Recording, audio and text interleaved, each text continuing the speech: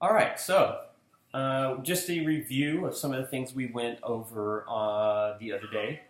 I'm going to just show you a couple of the exercises that we went over. One of them was just a strengthening exercise for your one finger, and you're simply going to move up the fretboard and get a sound from each one of those. Just make sure you get a sound. If you get something that, you work your way back, if you get something that sounds like that,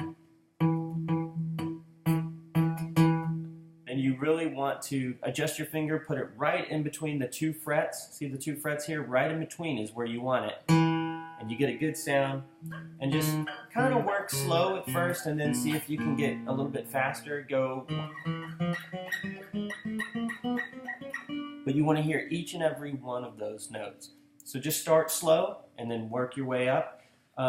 Another exercise is, it's very similar, but it's just like this. So just start at the bottom string and work your way up. Head over to the second fret and then work your way down. And you're working on that one finger. You need to strengthen it as much as you can, but you also need to strengthen your 2, 3, and 4 fingers. And that's where this next exercise comes in. And it's kind of similar to the one we just did. All you're going to do is you're going to start on the first fret with your first finger. Here's finger 1, 2 on the second fret, 3 on the third fret, 4 on the fourth fret. Then come back, move up a string on the B string, and then hit 1, finger 2 on the second fret, 3 on the third fret, 4 on the fourth fret. And then, you guessed it, move up again to the G string and finger 1, first fret, finger 2, second fret. And then so what you end up with is, when you you practice it slow and then you kind of build up, and what you end up with is, and then you just basically do that again and again. If you want to try moving over to another fret, or doing it in reverse, doing it from the top to the bottom, like.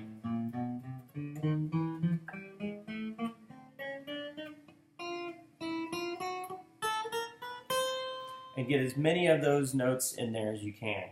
If you don't want to keep this finger anchored, the first finger, you don't have to do it like that. You can do it like this, if that helps you. So in other words, you don't have to keep your fingers all down. You can put them one at a time on there. So try those few exercises. The only other thing was we had done, I think we had looked at E minor, which is your... you can play it a couple ways. I usually play it like this. With your on the second fret, you're going to put down your second finger on the A string, and then right underneath that, you're going to put down your third finger on the D string, and then everything else is open. You're going to hit all the notes like that. And so what you're going to be aiming for is just to ring all those notes true. And again, it is your second finger on the second fret on the A string, and your third finger on the second fret right here on the D string. So there you go, there's that note, and you hit all the strings. And the other one we learned was A, and that one, it is your first finger, second fret. All these fingers will be on the second fret. On the D string, second finger on the G string, and the third finger on the B string.